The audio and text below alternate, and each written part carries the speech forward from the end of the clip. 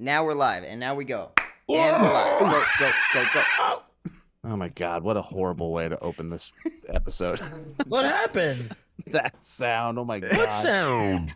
Don't feel like watching movies, so I'll watch people guess them instead. I don't know how it goes, I think it starts with your show. Oh no. You know, like when you're growing up, like there was always going to be like certain technological sounds that would freak you out. Like if you're sitting alone in the living room as a kid and you're watching television, or you turn on the TV and all of a sudden it's that static sound and it's really loud. Oh yeah. That used to terrify me. Dude, Terrify me. Because of Poltergeist, do you think? I don't think so. No, I it would think it's just such blast so loud, and it was such an annoying, like piercing sound. It would just terrify you. I was the same way. Unnatural. It is. I think I was more scared of like the Unsolved Mysteries theme song than like a loud static. What about like when the bars and tone would come up out of nowhere? Or the emergency, broadcast. Yeah, emergency broadcast sound was kind of scary, but not because of how loud it was or anything, because it meant that there's something scary happening. Yeah. Oh, dude, for me it was the sound. It was always like abrupt. It was always like, because it was an emergency, but it was almost always a test for like the longest time growing up. This is a test of the emergency broadcast system. So I never really totally understood what it was for until later on in life. So it was always just the tone. It was always just that ominous. Why am I learning this now that we're not in the office together anymore? Excuse me, what? Why am I learning this now that we're not? Why would you need to know it then? Because if I had known that you had a deep fear of a loud sound suddenly happening, it would have happened a lot more often. We're used to the loud sound happening. But it's the emergency. But from silence to like a loud emergency sound. Yeah, that would have been a good idea to do. I would have done it. Yeah. Just play some really emergency alarm in the complex. Really loud.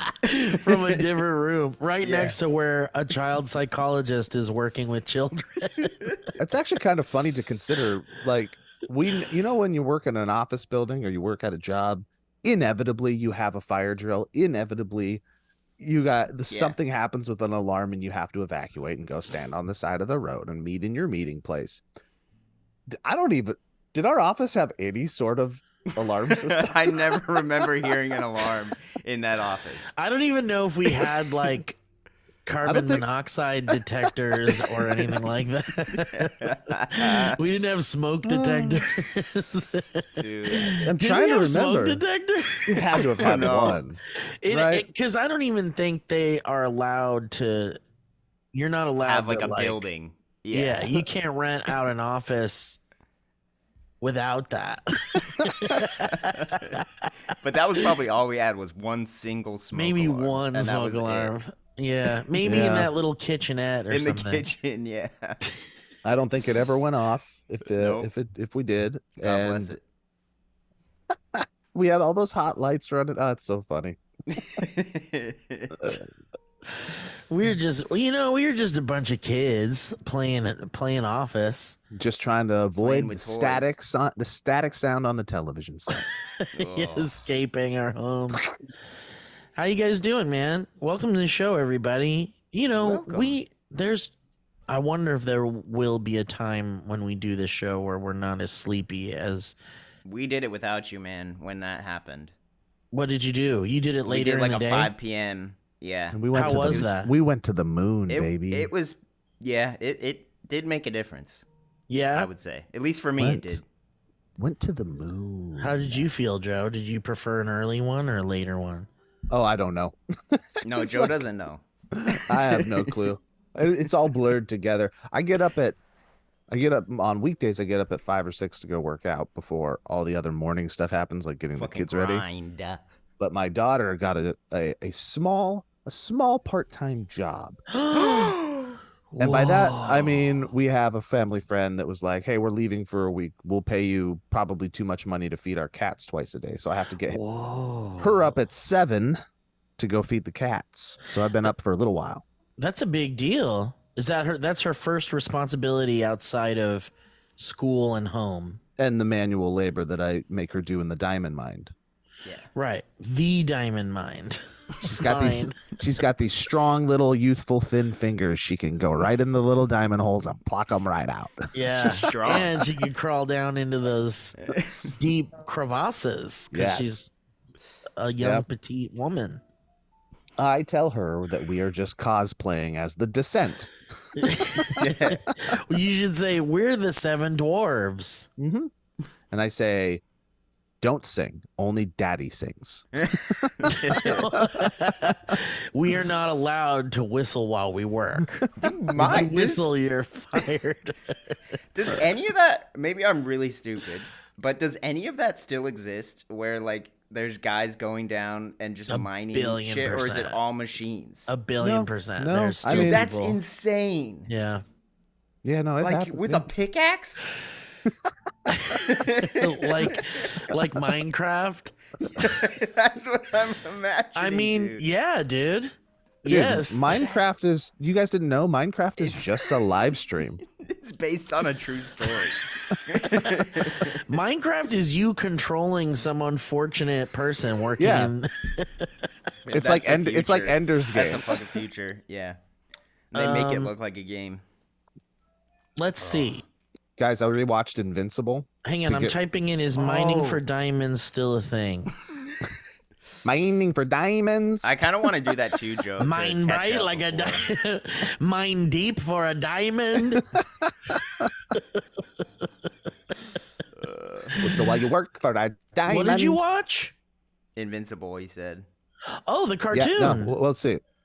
Don't Yeah, I call it rewatched it because I love it. Oh, It's rewatched so it. Okay. good. I showed Owen the first episode. I was like, if you enjoy The Boys, you'll probably enjoy this, but Man. the end of that first episode really does That's what sells it. Establish pull a you tone. in. It pulls you in, yeah. Because the rest of it is like, all right, it's just another superhero thing, And then and you're they're like, they're, "Whoa!" they're exploring things we've already explored 1 billion times. And then he explores the inside of their bodies. Then he explores the inside of his friends. Jesus. So hyper violent. Anyways, it's It great. is really hyper violent. Yeah. I love Today, Russia is the top diamond producing country, followed by Botswana, Canada, Angola, and That's South not what Africa. we needed to know, though. There are 4 basic kinds of diamond mining: alluvial mining, pit mining, underground mining, and marine mining. Oh, okay. That's where only your friend Marine does the And, mining. Kevin, just so you know, I need conflict diamonds do still exist. We're talking about blood. Conflict. We're talking about blood diamonds. Oh, Blood diamonds. yeah, man. Shining in the sky. Blood diamonds. And apparently there's a call here Mined by a little for guy. us to stop mining for diamonds. Mineral resource exploitation causes irreversible damage to the natural environment, shown through negative impacts on water sources, air quality, wildlife, soil quality, and climate change up. consideration. I don't give a fuck. I like to sparkle. Let me sparkle. Maybe it's a hot take of mine, but man, I've never understood the look at my shiny Jewelry. rock.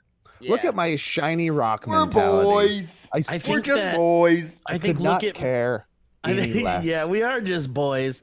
But I also think that the look at my shiny diamond thing is either a gateway to or directly connected to like obsessions with plastic surgeries.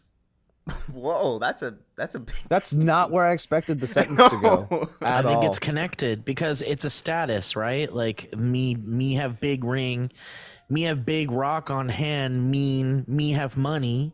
I think there's somewhat of a correlation there, but that would be like one of those huge, not just the normal like diamond ring, One of those like those. That's fat, what I'm saying. Like big giant rock is like, look at this, because really it is a look at this kind of thing, right? Look at this look and at see. Look at this and see my status in life. Yeah, it's like wearing those Apple, the new Apple.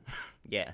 The new Apple like headphones that are like $600. Yeah. Like that's not because people want something that's like the best quality you could possibly get. It's like, look at me, I've got a little bit of hoo-ha on me. Well, yeah, sure. There's status and wealth and power and control connected to all that stuff, but I would contend that there's not a direct one-to-one correlation between those two things. I would say it's either a gateway or a direct connection.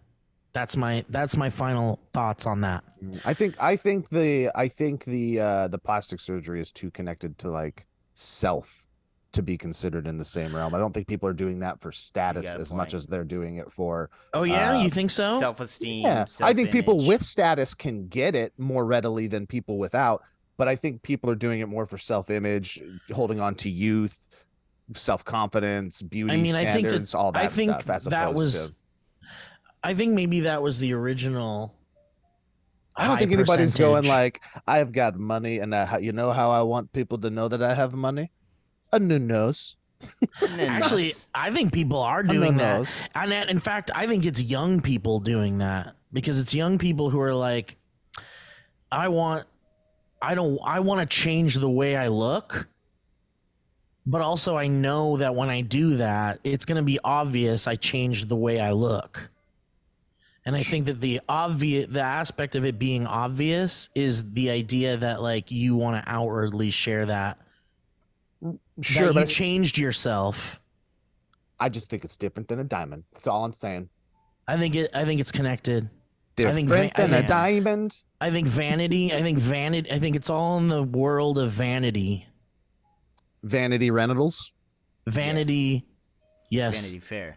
Vanity Fair. I think we're talking about the fair vanity. You know what I was speaking of rocks? I saw a video today that made me like something that I think everybody knows about but isn't talked about how amazing it is those monks and those martial artists that can like break a rock in half with their finger. Yeah. It seems impossible. Yeah. I don't understand it. Any of that stuff that they do. I think. Have you ever believed in yourself 110% of the time? Yeah. Honestly, Joe, you're right. It's like, it's kind of true. It's one of those things where it's like, I think that we are capable of things that we can't believe we're capable of. And I think that if you practice hard enough at something, like this even dude was like just taking his one index finger and just going and on a big rock that would split in half. Because do you think that maybe that there's like pressure points on like things like that? I'm sure, yeah. That they the learn way it's about like over positioned time? on Yeah. another thing, yeah, for sure. And there's the yelling, the sounds that are made. It's What do they all call that? meant to be- Inertia, or is that physics? What is that? I don't think it's inertia. It's monk wizardry. It's monk wizardry. You don't think inertia has a little bit to do with it? Just lightning from his finger. Because inertia is the speed in which your hand's moving, right? Isn't that what inertia is? I have no idea. The speed at which your hand is moving is your speed. Inertia is a property of matter by which it continues in its existing state of rest or uniform motion in a straight line, unless that state is changed by an external force. The power required to overcome friction and the inertia of the moving parts. Ain't no rock stopping no monk inertia. No way, man. Dude, Monk Inertia is a good band name. Monk Inertia. But there's got to be a bunch of like combine it. Monk Inertia. But do you think that they like pick rocks specifically? You know, I don't know. I would love to learn something? more about it, but I think people just see that and be like, "Oh, that's crazy." But like when you actually think about it, like what the fuck are they doing? That's insane. Let's see if we can explain like I'm explain 5. This. Explain like I'm 5. This. Rocks. What is it? Rock splitting? Man, Steve's like on this research binge Yeah, today. what's He's, going like, on? this Here we shit. go. Explain like I'm 5. How stone splitting works. Okay. That's the name of the episode. How does stone splitting work? It's based on a principle called cleavage. I love We're it. Stone splitting sexy as Already hell. in. Oh, it's so cool. Where the mineral has layers or sections that will break cleanly. This link explains it a little better about gemstones, but the principle is similar for other rocks and minerals such as granite or stone. Whoa, here's another person What saying if it's just like insanely easy to do, and all you have to do is just find the right rock and the right place to put it, and it doesn't take like any effort, and it's just all. I know, breeze. but just people don't like only Don't certain take the people time to- bother yeah. to look into it. This says a series of holes are drilled along the line where the split is desired. This creates a weaker plane in the rock. This Wedges. is not what we're talking about. This is not. This is like splitting, like picking a stone and like using tools. I think to. Okay. split This a is stone. not This monk is not, inertia. This is not monk inertia. Okay, how about this? Explain like I'm 5. How can hands be able to break stone? Ooh, I think we're on the monk inertia. It's board not now. breaking stone, it's breaking cinder blocks. Okay, that's not what we're talking about. No. Nope. First, after I years saw of stones. training, your skin is tougher and bones are harder. But that's Okay. not the key. Anyone who has done this will tell you that the cinder block is easier than wood, and that's pretty easy. These materials were selected because of their ease in breaking. That's what I was thinking. The block is porous, somewhat hollow, and filled with millions of tiny cracks already, similar to the soft wood pine used in boards.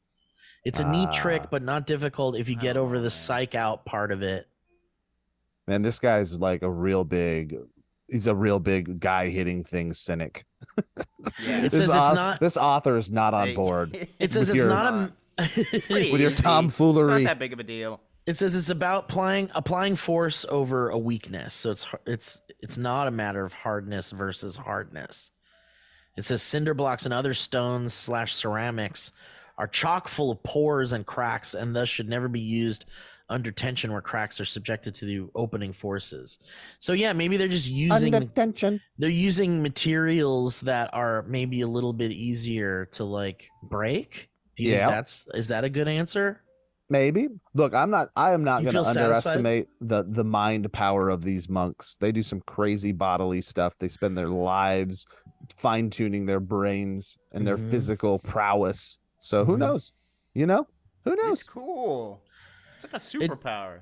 It also says here that the trick is an application of the force, not the material. It takes Star Wars? and it says it takes training to remove the that's- mental you're right. barriers to actually strike a hard object with all your They're fucking strength. Jedi. So They're you're Jedi. stopping your. So it's like, so there is a bit of training I think involved in this, because the idea Mentally, is that Yeah. the mental barrier of not wanting to hurt yourself and 100 strike a 100. hard object makes you want to makes you stop putting your whole body into it. But Yeah. if you put your whole body into it and you're not scared, like Your a whole little wuss, fine-tuned body, your whole, Mhm. it's not like Mr. Soft trying to bust a rock, you know what I'm saying? so it does seem like it's equal Mr. parts Soft. training and hardening your skin and your bones and your wrist ligaments and choosing the right kind of materials, Kevin. How long do you think it would take me to learn it? I think you should give it a shot. Why don't we make a That's not what I weekly asked. This is what- reoccurring segment Yeah. called Kevin Hits Something? Well, And if you it's want my practice. real answer, I think that you'll give up on it real quick. Oh, that's hurtful. He doesn't think you have the juice. But I think if you really put your heart and soul into it, maybe it would take like a year. You think 1 year? Yeah, if you put I your thought heart and you'd soul go up into to it. like 5 years. He said you don't have the juice, Kevin. How do you I feel think about that? he's I think you. completely wrong. Do you think you have the juice? If I had the resources and the security to just put my heart into that shit, 100%.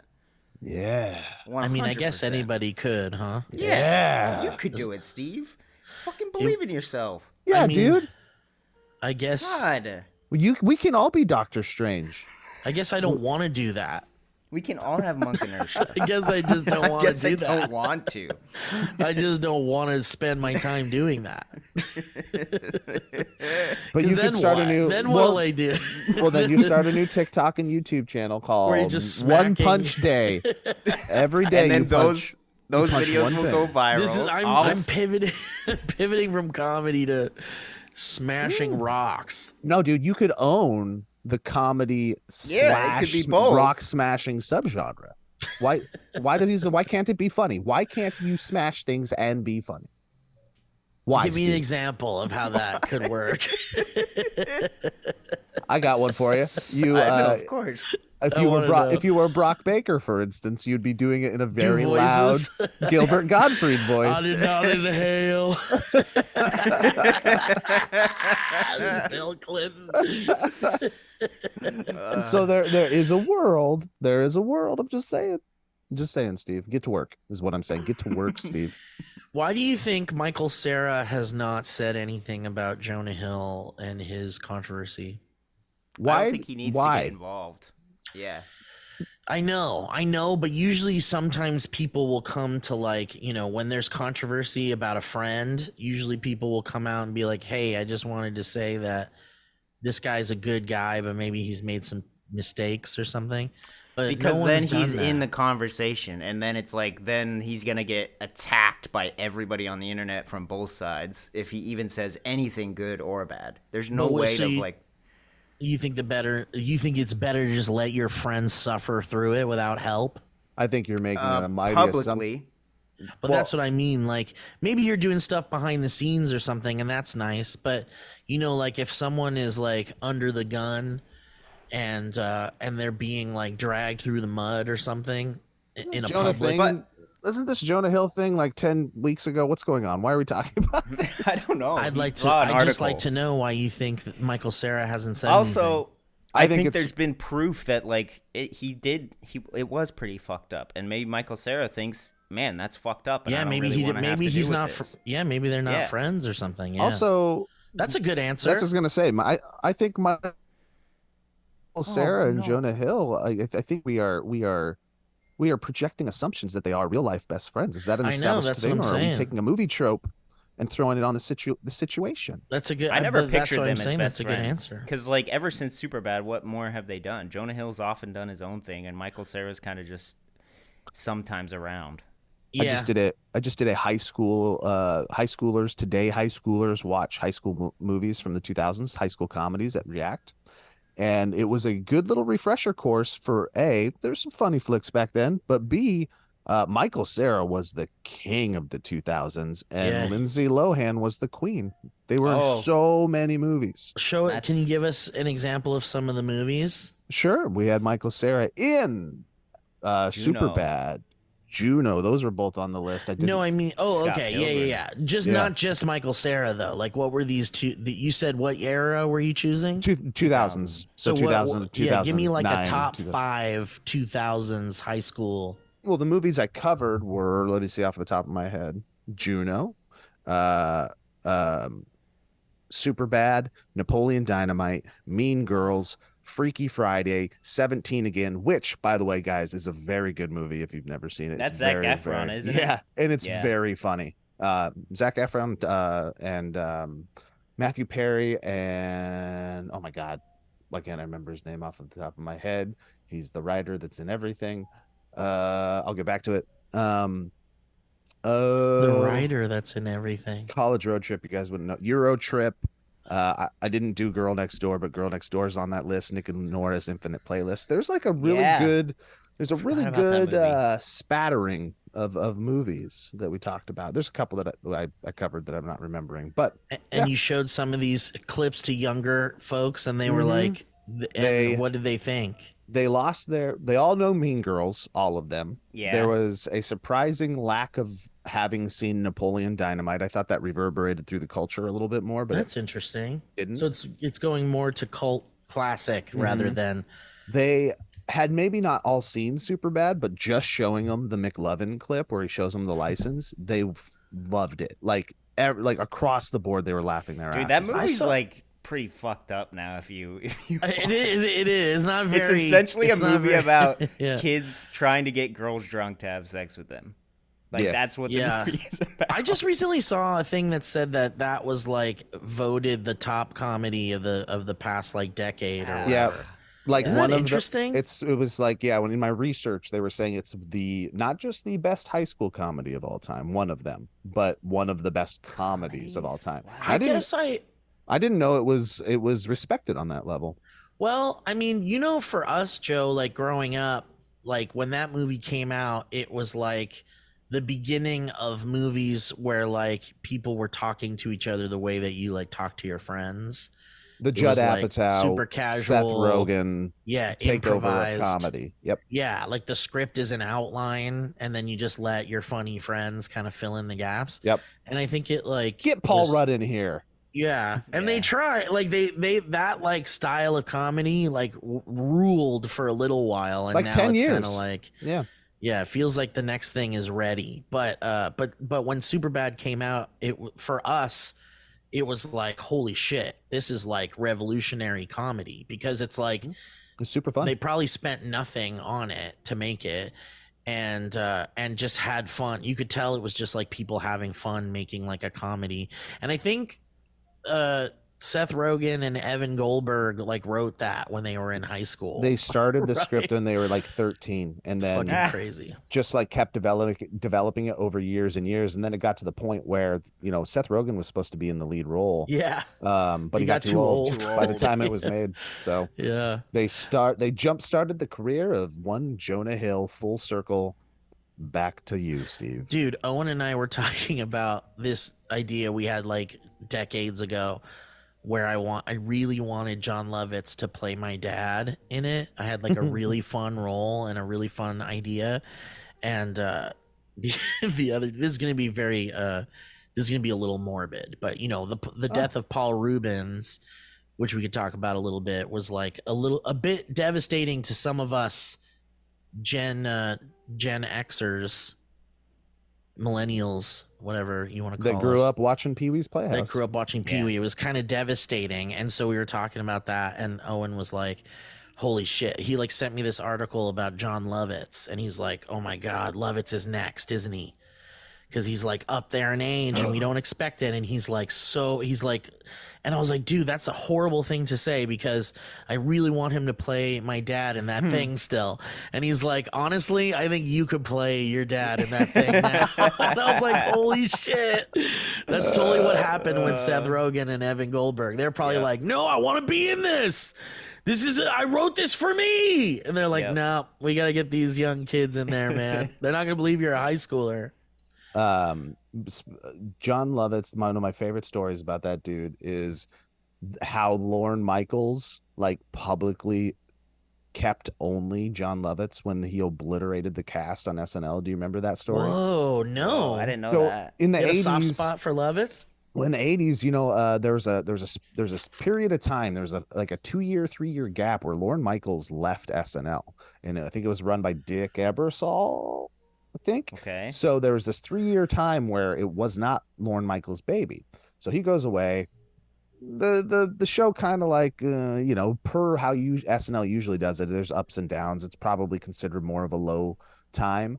But John Lovitz does become part of the cast during this time. So Lorne Michaels comes back, and on the final episode of that season, they do a sketch where the entire cast like dies in a fire. The entire cast. Okay. And then Lorne Michaels comes on and he goes like, except for you. And he takes John Lovitz with him. Wait, I think I've seen this. John Lovitz is the only one the only cast member to come back the next year. Holy shit. That's amazing. I think I remember this. This was like right before David Spade and Chris Farley and all them. Right before the bad boys of SNL. Yeah. Wow. That was a big time for SNL. And doesn't it really come down to the cast, like at the end of the day? Like that? 100%. Yeah. Dude, John Lovitz is so funny. Legendary talent. He's just so fucking funny. So funny. It makes me sad that he didn't at least get to drain the audience's will to live like fucking Rob Schneider did.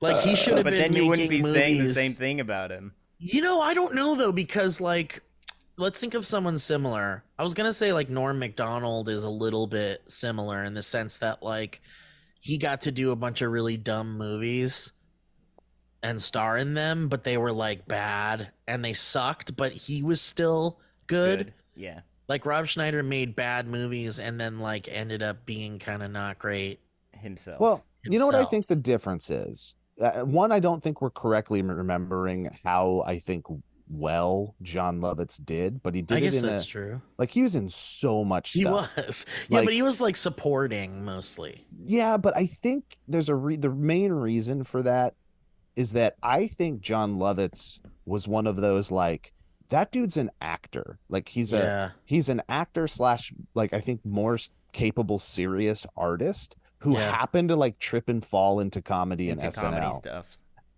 Even though I'm pretty sure he was a Groundlings guy, but like I think like his skill set wasn't like I don't think he was ever meant to be nor wanted to be. I could be wrong. Like the Adam Sandler of the world. Like he could take roles in anything and everything. Like he's one of the most brilliant parts of A League of Their Own. He's in it for like 5 minutes, but he's one of the most memorable people in the movie. That's the thing. That's what he does. He's like in the movie for 5 minutes and ends up being like the funniest part of it, which is like, you know, kind of cool, I guess. Maybe that's what he wanted. We did see him like lead. Do you remember that? Like, what was the name of that movie? Oh, High School High. Is that what it was called? Yes. Whoa. High School High. So he was like the star of that movie, and it was like a Dangerous Minds Stand and Deliver parody kind of. Okay. But with more, but lean more into Dangerous Minds. And Dangerous Minds for those youngins was a movie about who was the woman? Was it Michelle Pfeiffer or something? I can't remember. Yeah. Michelle Pfeiffer. Was she the teacher? She was the teacher. Yep. So she's a teacher for a bunch of like inner city, like marginalized, like people of color and like a slum in New York or something. And she had all these like gangster, like real, like rough, like teenage dudes transitioning into adults, kind of school thing. And it's like really like dramatic. And she's like trying to save these kids with education. And so they did like a parody of that with John Lovitz as the lead. I see. And, you know, maybe it's like one of those things where it's like too much of John Lovitz is not that great of a thing at the end of the day. But I think it came down to, for me, at the end of the day, I think Lovitz just needed a good script to headline. And I think maybe if like the Safdies who did like Uncut Gems or like could you imagine if like Paul Thomas Anderson got John Lovitz instead of Adam Sandler for Punch Drunk Love? Yeah. Oh, because he can handle the drama, man. He's Totally. like he's a really emotive, great actor in that way. So I'm looking through his IMDb. Yeah, he's just one of those dudes that always just picked up little work here and there. Right? And it's Three not Amigos, Brave Little Toaster, Big, My Stepmother is an Alien. He was in Tales from the Crypt. My Stepmother's an Alien. Five-O Goes West, A League of Their Own, Mom and Dad Save the World. Dude, Mom and Dad Save the World is like, have you ever seen that movie, Joe? Long time ago. Long time. I need to write this down because, dude, Mom and Dad Save the World. It's so bonkers, but because John Lovitz is like, dude, this movie's bonkers. It's like Jeffrey Jones and like Kathleen Turner or something. I can't remember who the woman is, but they go to space. They're going on like a vacation. They're like two parent. They're like they have two kids and they're like going off on their first vacation without their kids, and then they get like sucked into like some other planet where John Lovitz is the ruler of the planet. And he's so funny, dude. He's so good. See, that's a cool thing. That's something he could have done more of, is played like you know how Will Ferrell played like a villain forever, like a funny villain in like every movie? Like in Zoolander? Yeah, and Zoolander and Barbie and Lego Movie and all that shit. Like, I think Lovitz could have done that really well. Yeah, and I think he had his pops here and there. And then we can't disregard the fact that like he created one of like the most undergroundly cult classic animation shows with the Critic. Dude. Like, and the Critic lasted from 94 to 2001. I didn't know it lasted that long. And everybody talks about like, Futurama and The Simpsons and like even though the Critic wasn't Groening, it was like some of the other guys, I thought, right? It wasn't Groening, but I'm not sure who it was. Yeah, it was Jay Sherman. Yeah, but no, that was the name of the character. That was the name of the character. Yeah, but I think it was Al Jean. Yeah, dude, it was Al Jean and Simpsons, Mike Reese. Yeah. Right. And so it was like real funny Simpsons guys like did the Critic, and so it was like Simpsons funny with like movie critic jokes. Mm-hmm. I really loved that show. Kevin, you ever see that? No. So much of what you're talking about is it's just lost, just blind to me. Yeah. Mm-hmm.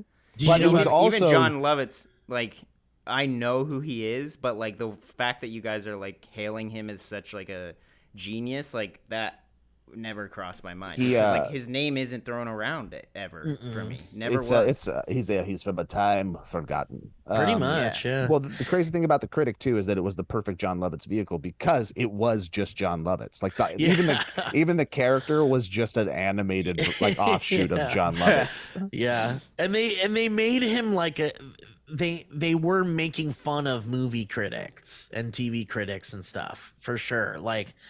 And he was, John Lovitz, so he's like this overweight cartoon character too. And they like totally made him like stuff his face with food and like his stomach was like a character in the show. Oh, that's right. His stomach would talk to him in an accent like this, boy. Like he talked like Foghorn Leghorn to him. Yep, it was a fun little thing. But it was a good show. Honestly, that show was ahead of its time. Maybe inappropriate. Like in the way that we talk about how super bad if we watched it now, we'd be like, uh-oh, that joke. Yep. Or like, the motivation in this. Uh-oh. Well, that's most things these days. Everybody looks back and they're like, Care Bears. Uh-oh. Uh-oh. How come there wasn't a black Care Bear? Uh-oh. Uh-oh. There wasn't a Mexican one either. Uh-oh. Oh no! What's on the Mexican's belly? What do you mean? Because they each had like a they all have food or an thing on their object. belly. That's funny. I get maybe like a like there's. What were you gonna say? Well, because I'm trying to remember the Care Bears. Like, what did the thing on their tummy mean? Some of them. It was just their power, or it had like a connection? Variations of their name, like Grumpy Bear and hearts and stuff. So like Grumpy Bear had like a rain cloud, and I think like the drips from the cloud were like hearts. Belly badges. They're called belly badges. They are not called belly badges. Belly badges. Oh my goodness. What the fuck? How did belly badges not become something? Like if Tramp Stamp became a thing, why are we not? Belly badges. Here's all the bears. Yeah, belly badge is coming. It's not. We're too early for belly badges. Belly badges. Oh my goodness. Oh my goodness. Oh my gosh, guys. Each Care Bear is a different color or shade and has a unique image on its stomach, referred to in various media as belly badge or tummy symbol, and represents its personality. Okay. Wait, pause. Speaking of tummies, speaking of belly badges, I want to talk about the things that are right below those. Have you ever used your underwear to be mood setters? Have you ever had a favorite pair for a special occasion, like talking about belly badges? Or for when you're feeling a bit lucky, like showing what's under your belly badge? These are like butt badges.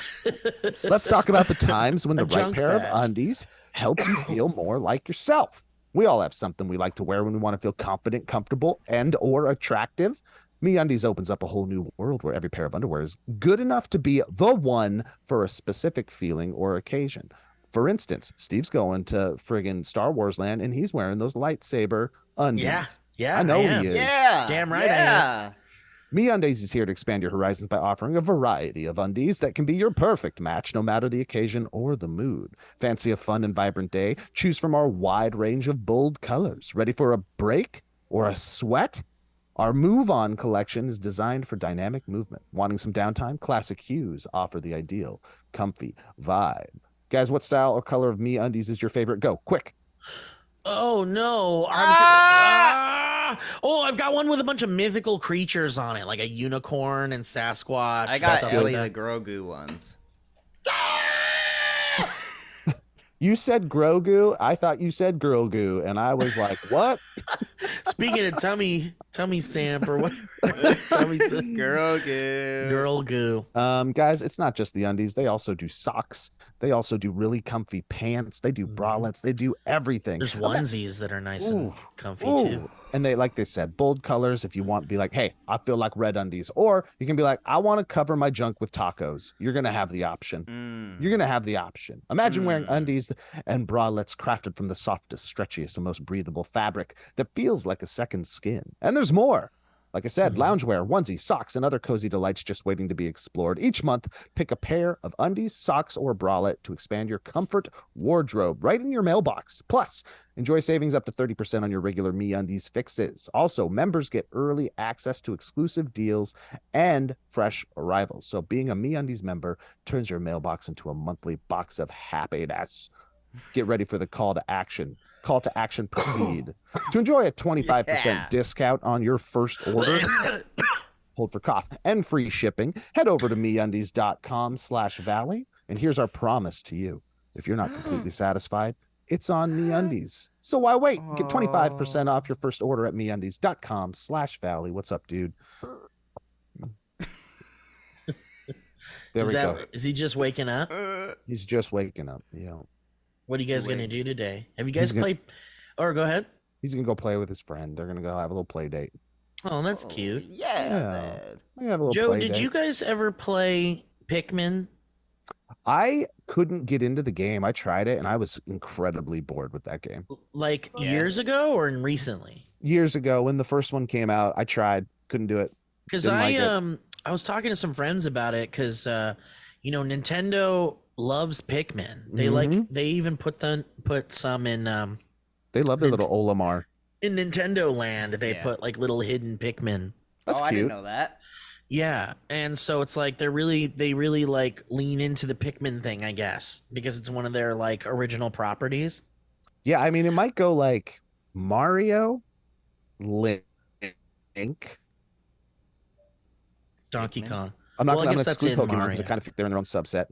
Mario, yeah. So Mario, Link, Kirby, Metroid. Mega Man's not technically Nintendo, so I'm not going to say Mega Man. What about Star Fox? Star Fox, and then we got probably right below that Olimar. Yeah, I think Pikmin. Yeah. I mean, people love it. And Kevin, had you even heard of it? Yeah, I've heard of it. Because that was the crazy thing. Enough. Yeah. Like I talked to some friends about it while we were playing Fortnite, and I was like, the new Pikmin came out. I might get it because I've never played any of them, and I have friends who like love it. Yeah. And they were like, what the fuck is Pikmin? Like there's like 3 or 4 people in my life that are like, nerds, gamers into movies and shit that had never even heard of it before. And now they're not in your life anymore, and now they're not. I've cut them out. Completely out. How dare you not know what Pikmin is? What is this? But get off of my message board. But Joe, it's one of those. It's like one of those like it's almost like StarCraft, but without the like. It's a puzzle solving game. Fun shit. I'm pretty sure it's like a puzzle solving. It's a casual game, right? Like it's not very difficult, and anybody can pick it up. I think it can. Yeah. Yes. I do think there's a certain level of challenge with it, though. I just didn't find it engaging, personally.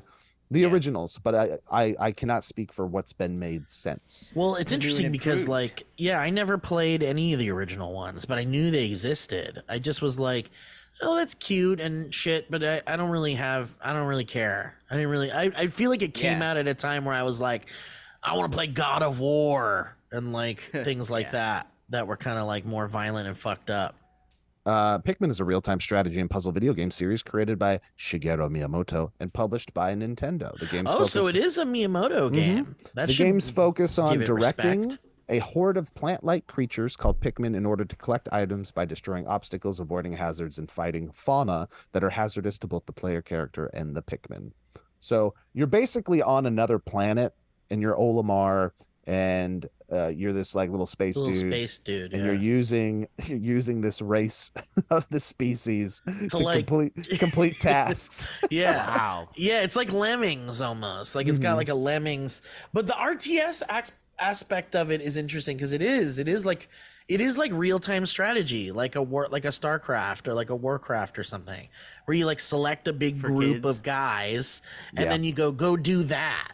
Yeah. And you like assign them to like little tasks. Yeah, I wasn't a fan. It. I mean, but the thing is like I have friends who are like sucked into it right now.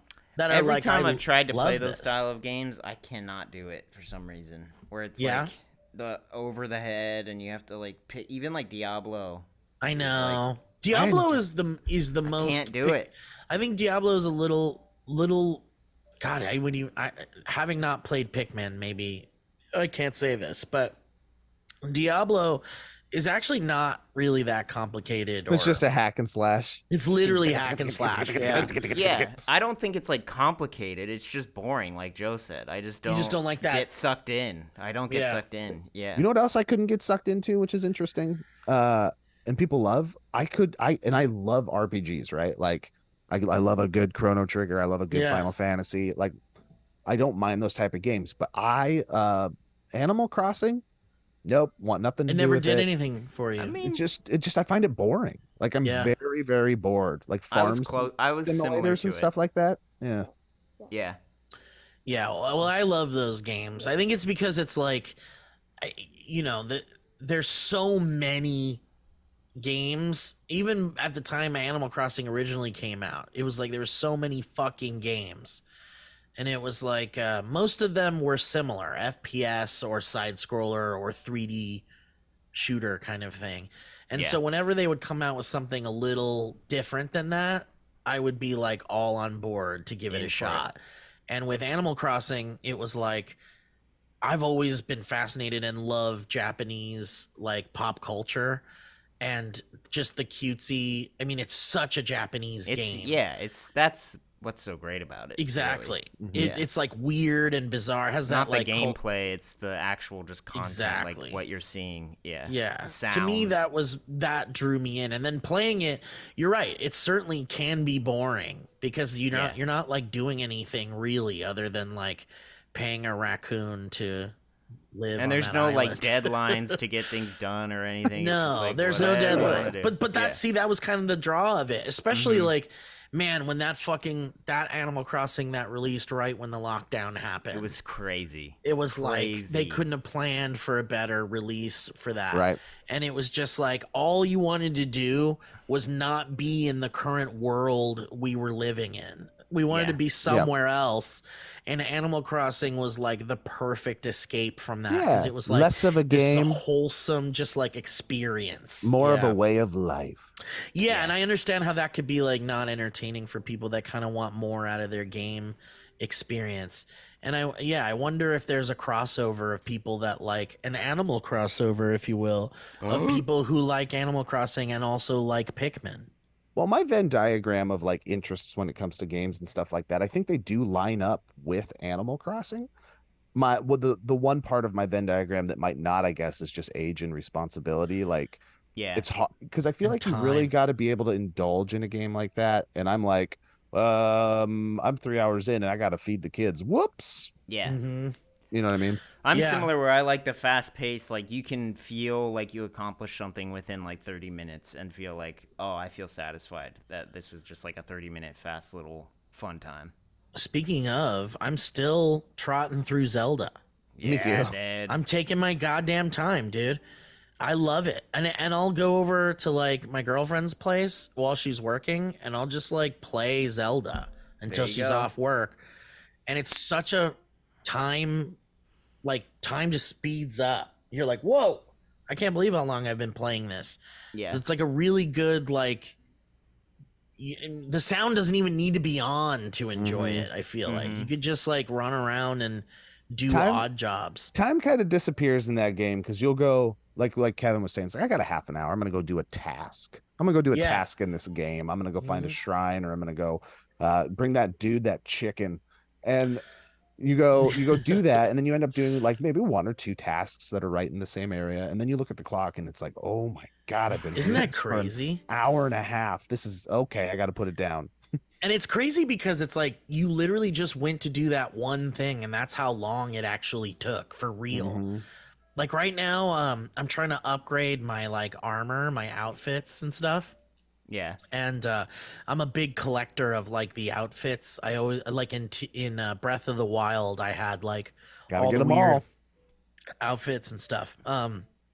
But you can upgrade them by like getting pieces of like dragon scales and dragon claws and stuff, and I'm like, well, okay, well now, so I have a mission.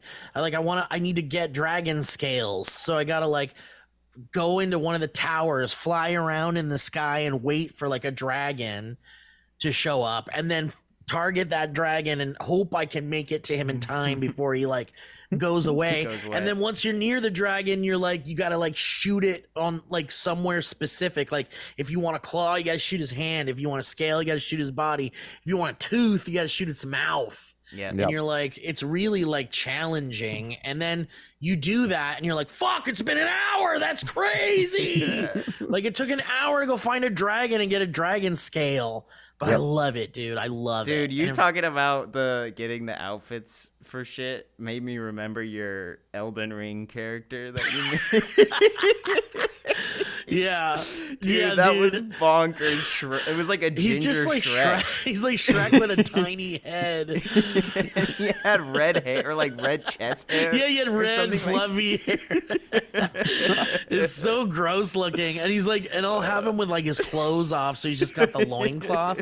He's holding like a big sword and a shield. Oh, like, dude, will you be your Elden Ring character for Halloween this year? Oh, that's so funny. And you just carry around a picture of your character so you can just hand it to people. That's good. I like that. That would be wonderful. Did you go see Ninja Turtles yet? Me and Ellie are gonna. I'm gonna see it tomorrow morning. Nice, dude. Did you guys see it? No, I really want to. yet. I think it looks great. Jackson wants to see it. Jackson wants stoked? to see it. Yeah. Yeah. Dude, Barbie just passed 1 billion. 1 billion. Yeah. It passed a billy. A billion. Yeah. Greta Gerwig's the first solo fucking- female to do That's it. awesome. Wow, good Yep. for them. Pretty That's good. incredible. And isn't it funny? It just means that we're gonna get so many toy I movies thought of this now. too. Like every studio's But like, well, we why- can make $1 billion off of our. What do we have? Stretch Armstrong? Let's do it. They're doing a Hot Wheels, or was that a joke? No, they're doing a Hot Wheels, and I think there's like a Slinky movie in the works. What the fuck is that? How do you do a Slinky movie? I wonder if they'll do have it you like guys- the Tetris movie. Well, that I think was that cool. happened already, right? That with the Tetris movie was like about how Tetris was Well, that's made. what I'm saying. Maybe they'll do the Slinky It'll movie. be a like, similar it'll be thing. more Oh, like about the Have Tetris to, movie. right? I see. Yeah. Yeah. Not an animated talking. I don't know, man. I don't know. Have you It's guys like- seen the trailers for all the movies that you've been seeing? The trailers that show up of this Gran Turismo. Oh God. And how it keeps almost coming out, and they keep pushing it or something. That's what it feels like. Have you seen this show? Yeah, it should have come out like a year ago or something. Sorry, which one? Sorry, I was looking at the Oppenheimer box office, and that's about to cross 500 mil. So Yeah. crazy. I still haven't that's seen it. normal for Chris, dude. I know. I'm trying. I want to see it in fucking IMAX 70 Oh, millimeter. you might have missed the chance, man. I'm telling you, all the screenings are sold out. They're Yeah. still sold out. Yeah. Crazy. I was trying to go on like a Monday morning, and it's like completely sold out. Me What and you're Ellie trying- got you're our trying to tickets Oh, go ahead, Sunday sorry. morning, on a Sunday morning the first weekend, but we got them a month prior Right. to doing it. Yeah. See, like I've never, like I used to do that back Isn't in that the crazy day. that it's back to that place Yeah. now? I mean, I don't think it's here to stay. I don't think No. another movie's going to do that until James bit. Cameron or makes another one or something. Yeah. Yeah, this is a weird blip This was like a weird 1990s summer block Right? summer I block love it. office blip. It's really cool. I Yeah. know love it's it. so weird. I also love it. I just, it won't last very long, which makes me kind of sad. Oh, another movie that I highly recommend that I saw, although Kevin maybe wouldn't highly recommend it, but Talk to Me. Oh, Oh, I I'd can't highly wait recommend to it. see it. You highly recommend it? Yeah. For Okay. sure. I in the thought you were theaters. like a little disappointed or something. No, I wasn't disappointed. I just said like it wasn't. I think I was similar with you, where it wasn't a masterpiece. There was definitely Yeah. like parts that were like, oh, okay, but overall, fucking awesome. I just love when a horror movie is good. it's You, hard. and you I'm know the not- story behind it, though, I'm not right? a huge horror movie. I didn't know fan. the story until Kevin told me that they're YouTubers or something. Yeah. They are Australian YouTubers that like created these like maniac like stunt slash action videos with like It was unrelated practic- to like practical effects, but they were super over the top. They're just the two insane brothers, and they kind of blow up doing their thing. You might have seen some of their videos back in the day. They would do like Ronald McDonald fights Freddy Krueger, and they would just beat the shit And out it's like of each bloody other. and gory Mhm. and stuff. Super bloody, super gory, super over the top. They eventually get banned from YouTube. Whoa. So they end up doing, I think, like a Patreon or some kind of like paid subscription thing. Eventually, they go all in. They go, you know what? Screw it. We want to make a movie. And they go all in. They invest everything. They stop making videos. They go, let's go find some funding. They make this video. They throw this movie, they throw all their eggs in this basket. They go to Sundance with it, and it blows up. A24 is like, they get into a bidding war. A24 ends up getting it. And basically, it's that story of like they threw their whole lives into this one it's like thing. classic. Like, make So or that's what break. this movie is. This movie Yeah. is the movie they made. They decided, made this movie, brought it to wow, Sundance. It makes it even better for me, Yeah, actually. dude. A24 picks it up. I love their that. first time Damn. directing I guess a legit movie. But if you went and watched their YouTube stuff, it was They're like already- little movies. already next level. I think their stuff is still on YouTube. They just stopped Yeah. doing YouTube. You can always tell, like, when we saw like Mystery Guitar Man, and like Mike Diva and those guys, Yeah. the Corridor Digital guys, like we watched those guys Corridor's go stuck from like with like their YouTube with just their stuff, YouTube though. format. Yeah, you're right. But those guys, like you could always tell, like early on, like, man, these guys are gonna make something interesting. They're Their gonna keep group making- was Raka Raka. Raka Raka, yeah. For those interested. Worldwide so far, it's made $20 million. Damn, probably it didn't had, like, cost a- anywhere near that. No, it was over 1 million, I think, at least. It might have Maybe been like 2 or something. I don't remember. I remember looking it up though. Here, I'll look it up right now. I'll find the box office. But I'm just God so like, damn, that's what beautiful. what a cool thing, right? Just like Yeah. I love the story. It's so cool to watch people come off of our digital platform, which isn't legit to the eyes of blah blah blah, and I know, right? they just kill it. Yep. It's such a cool story. Let's see, box office 20 budget 4.5, so they have more than quadruple. They quintuple Damn. Yeah. plus, And They've studios sextupled. love that. Yeah. Studios Oh, yeah. love it when you make a cheap they're already as in fuck talks. movie. They shot, I guess, a scene or like a short film of a prequel to it. Whoa. That opening scene, Steve. Dude, that's great, dude. Yeah. No way. Like that could be like a movie, that opening Yeah. scene continuing on or like you see before Or like all what was that. happened before, yeah. That's cool, man, because it definitely lends itself to being the kind of movie that you could keep making There's lore. with that like totem hand. thing or whatever. Yeah. I think they got so much more in the chamber though. Like, sure, you can make Oh, 5 yeah, of that's those, their but these first- guys, I think this might be, especially because A24 picking them up, this could be the start of a beautiful I know. relationship. That's what I was telling Steve. I was like, this was the move. Like I said, I loved it, but like it made me mostly excited for their future films. Totally. Like, because this Totally. could be like where they take off. Why do you guys think that Lizzo has not said anything about She did. no, hang on, I'm not finished, about Jonah Hill.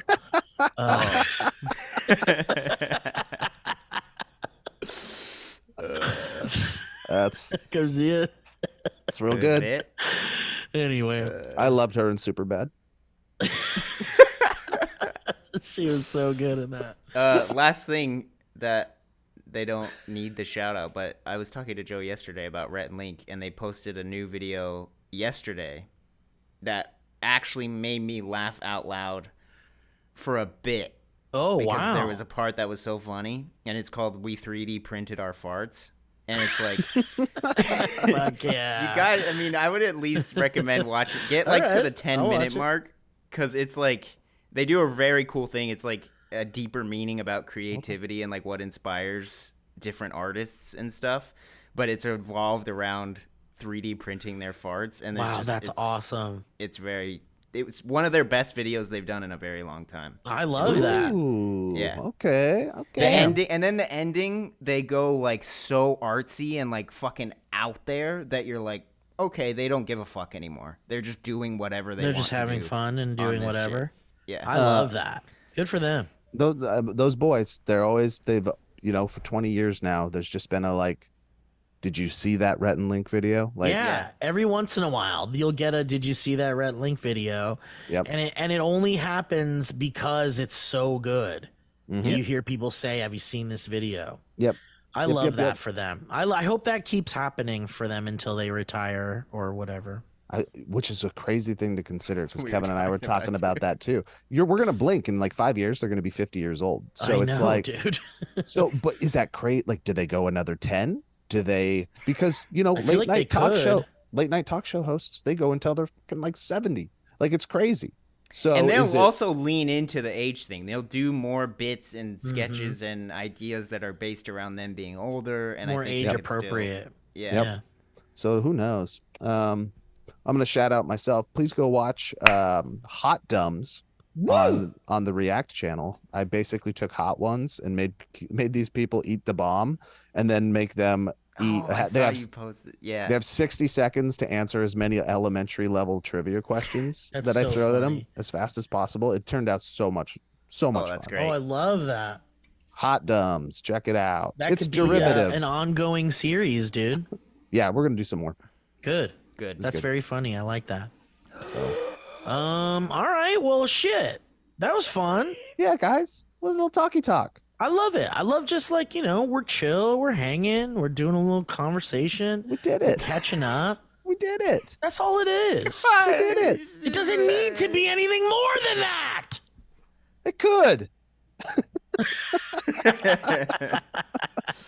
Steve, will you always keep the background now? Is that now like I in know. Isn't that memoriam? funny? It was always that. Yeah, It's absolutely. always been that. Good. Oh yeah.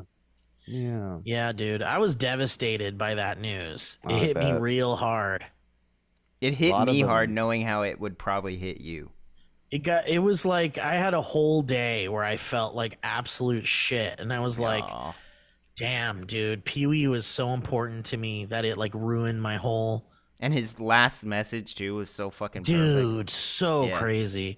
I get the like man, and such an interesting message too of him being like, I wanted you I didn't want my legacy to be like, and then I struggled with cancer at the end Yeah. of my life. It's like he wanted his legacy to be Pee-wee. And Yep. it totally worked. It did Because work. all Nobody I've knew. seen on Yeah. the internet for the past like since he died was just like all these beautiful tributes to him and all these like celebrities coming out and saying like incredibly kind things about him and like really amazing stories about how like he just liked people and wanted to make people laugh with dumb shit. And I super relate to that. And he inspired me to kind of live that way since I was a kid, and I saw that weird shit on TV and you're like, what the fuck? Yeah. Mhm. Kids TV I shows. can do this. Yeah, it was like someone took like the Bozo the Clown show and just made it like weird and like for adults and kids. Yeah. And it was like a brilliant thing that he did with children's television that inspired generations of future children's television creators. Steve, Yeah. you wake up tomorrow and you find out online that over your shoulder there, Cherry's the name, Yeah, right? Cherry. You find out that Cherry is available in an auction Oh my god, dude. to have in your house to sit on. How high are you willing to go? The problem is that because of Paul Reubens' death, it would like skyrocket. Right? How far? How willing? How deep you gonna go to have that chair? Mm-hmm.